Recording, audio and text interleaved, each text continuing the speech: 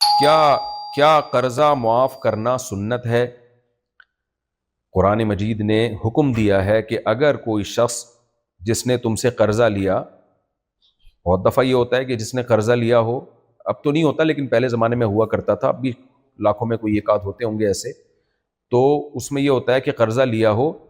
تو وہ اس کی نیت ہوتی ہے میں دے دوں گا، اس کے پاس اس کو امید ہوتی ہے ایک دو مہینے بعد مجھے پیسے مل جائیں گے، لیکن کوئی قدرتی حادثہ ہو گیا، بیچارہ غریب ہو گیا، تو پھر قرآن نے اس کے بارے میں ترغیب دی ہے وَإِن كَانَ ذُو عُسْرَةٍ فَنَظِرَةٌ إِلَىٰ مَيْسَرَةٍ۔ بھائی سامنے والے کی پوزیشن دیکھو،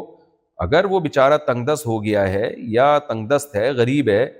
لیتے ہوئے تو اس کی نیت یہی تھی کہ میں دے دوں گا، حادثے ہو جاتے ہیں دنیا میں، ہر ایک کے ساتھ حوادث ہوتے ہیں، تو اب کوئی وبال آ گیا ہے، کوئی مسئلہ ہو گیا تو اس کو مہلت دو۔ نبی صلی اللہ علیہ وسلم نے ایک صحابی کے بارے میں، ایک شخص کے بارے میں اس کے جنتی ہونے کی بشارت دی، اور اس بیس پہ بشارت دی کہ وہ تنگ دست کو یعنی مہلت دیا کرتا تھا، یعنی وہ غریب لوگ جو قرضہ دینے کی جن میں استطاعت نہیں تھی ان کو مہلت دیا کرتا تھا، وہ یہ جنت میں جانے کا سبب ہے کہ اگر کوئی غریب ہے،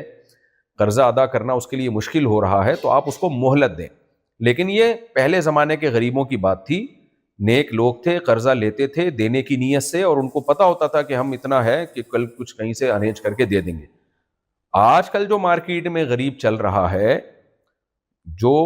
99% کی بات کر رہا ہوں، 100% سارے لوگ کبھی بھی خراب نہیں ہوتے، لیکن 99.9% جو غریب مارکیٹ میں آج کل اویلیبل ہے، وہ قرضہ لیتے ہوئے بڑا مالدار شو کرتا ہے اپنے آپ کو۔ آپ اس سے پوچھتے ہیں تم 1 کروڑ روپے قرضہ لے رہے ہو تو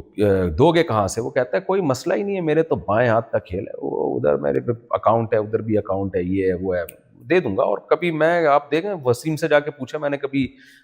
دینے میں تاخیر کی ہے، ادھر جھوٹ بول رہا ہوتا ہے، ٹوٹلی بے وقوف بنا رہا ہوتا ہے آپ کو۔ جو مارکیٹ میں غریب چل رہا ہے میں اس غریب کی بات کر رہا ہوں۔